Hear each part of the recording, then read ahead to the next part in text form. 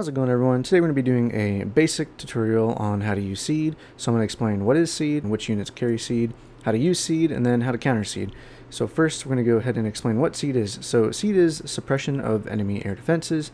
So in a game this just means using units capable of equipping missiles that are intended to be used against anti-air units with active radar.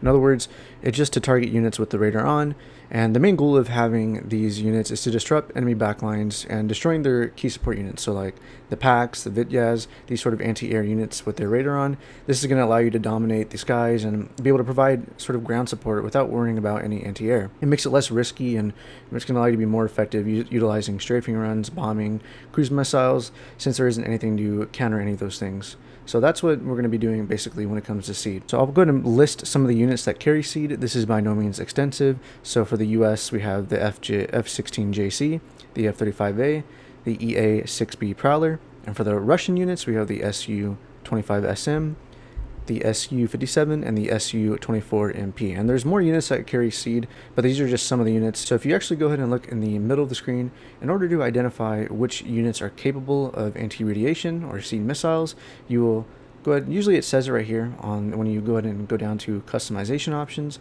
you could select the unit and it will usually say anti-radiation. And then also another way of checking is just by hovering over the middle, and it'll show, you should see the icon of it looks like a radar, and then when you hover over it, it'll say anti-radiation automatically targets activated enemy radar. So here's some of the units that carry anti-radiation: the F-16JC for the CJ for the Americans, the Su-57 for the Russians. And we notice that both of them are equipped with anti-radiation missiles, both doing 300 penetration with 15 damage, both 8,000 meters, and equipped with 4 of them each. Also, the Prowler does carry some anti-radiation. You go over here, we have 2 harm missiles, anti-radiation, so this will help you identify which ones do have anti-radiation missiles. Usually the icon, you're just going to look for that icon and it'll let you know that, hey, you can take this unit out into the field and be able to take out enemy radar units. Another one for the Americans is the F-35. You could also use this one, is equipped with 2 harm missiles. Scroll it further, we have the Su-57 equipped with 4 anti-radiation missiles, and I believe the Su-34 is also equipped with anti-radiation missiles. So here are just some of the units that you could use or take out into the field when you want to go for anti-radiation. So this is going to be just a quick guide, like I said before. So we're not going to go too in-depth with each of these units. Just going to show you, like, here's some of the units you could use when it comes to radiation, and then we're going to go ahead and get into how to go ahead and actually use seed. So before we go ahead and get into our how to use seed, I want to go over some basic few points for using seed. So our first point is that it's automatically going to attack units with active radar. So you're not going to have to worry about, micromanaging the seed missile to target enemy AA. It just automatically does it for you.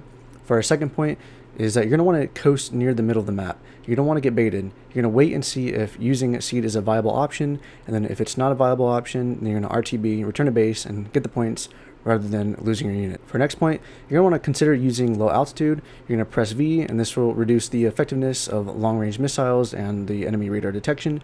It's going to make it harder for your opponents to hit your aircraft, but it's going to limit your own aircraft optics. It's not necessary, but play with it and see if this helps you. And then for our last point is that you're going to want to use Afterburner to get out of risky situations faster, and then also to RTB at the same time. So now let's go ahead and get into how to exactly use seed. So here we're going to go ahead and get 3 F-35As with our harm missiles. This isn't the best map to do it on, but this is just the skimmers to go ahead and see how it works and what I'm talking about. So in a multiplayer match, you're going to want to usually keep these units around the middle of the map, but here they're able to automatically lock on the targets. So that's one of the first points that I was talking about when it comes to using or how to use seed missiles, is that they'll do it for you, so you don't have to really worry about that. You just got to make sure that you are protecting your units and RTBing when necessary. But we were able to kill one of the enemy AAs because it had that active radar on and our missiles locked on, and we were able to shoot out automatically when our units spawn. So we're going to go ahead and use Afterburner here to get our unit back to base quickly, and that way get our points back. So we're going to go ahead and do this again, but this time we're going to go ahead and send out a Sentinel and then just get 2 F-35s. So I'm going to try to use that Sentinel here and keep them back a little bit. Just get some reconnaissance going there. And see, like I said, guys, they automatically go for those radar missiles, or those radar AA. And we can see it over here. We're going to go and get closer so we can actually see it targeting and hitting this unit. And perfect, we were able to get the kill. And so once we do get the kill, or even when we just run out of ammo with those F-35s, what I like to do is I just like to get Afterburner right on, and then I do RTB. Because once those units are done with their munitions, there's no point in having them there. So you're just going to kick on Afterburner to increase the speed, and then RTB, so that way they're able to get those points back. So that's pretty much it for how to use seed for beginners when it comes to actually using them on the field. They'll automatically target, and as long as you're using the points that I put in the video here, you'll be fine most of the time. You will lose some units here and there, but this will keep you at a lower risk than if you were just sending them out there all the way in the back to engage enemy AA. So now we're going to go ahead and get on to how to actually counter seed missiles and seed units. And if you guys are enjoying this content so far and the videos that I put out, then make sure you guys are subscribing. It really does let me know that you guys want to see more of my content and that I'm somewhat doing the right thing here. So I'll go into our last point that we're going to be talking about is how are we going to counter seed. So I think there are three main ways that you're going to want to counter seed. So the first way is just through pure air dominance. You're going to win the dogfights. In other words, you're going to kill them before they can reach your AA. The second approach is a multi-layer defense, protecting your main AA with units like the PVADs or the Russian Bryusa, which these are going to mainly be targeting the missiles to protect your main AA from being destroyed. And the third option, this one's more risky, but it's timing. You could actually turn off your radar right before a missile hits in order to make it miss. Now, I wouldn't recommend doing this too often, but if you're lucky, you can actually time it and turn the radar off, and the missile will usually hit on to either the right or the left of the unit, and it'll explode, but it won't do any damage to you. So able to time it, it's more risky, more as a last resort. The other two are going to be the main ones that you're going to want to be utilizing in order to protect your AA and countering seed.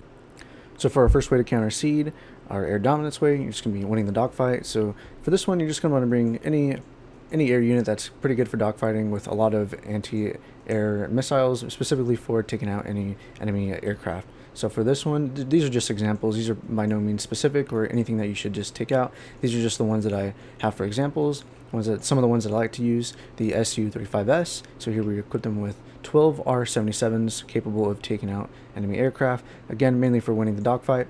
And likewise for the F-15EX we use here, 12 AMRAAMs, mainly for taking out aircraft as well, just to win the dogfight. So this is one way that you're going to be able to take out enemy air targets, so that way you prevent them from ever reaching your backline to take out any of your anti-air units.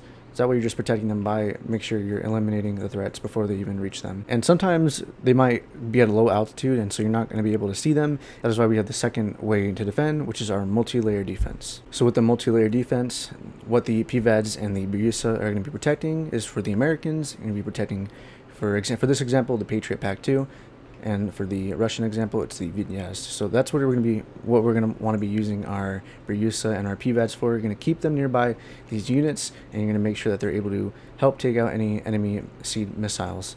That way you're able to use these main AA to take out those seed aircraft and enemy other aircraft, especially for those dogfights, and to prevent them from having air superiority, and just to also protect your main AA from any incoming missiles. And that's going to be it for the multi-layer defense for our second way of countering seed. And for the last way, I don't really have any footage because I haven't been able to actually play the game without disconnecting a whole bunch these past few days.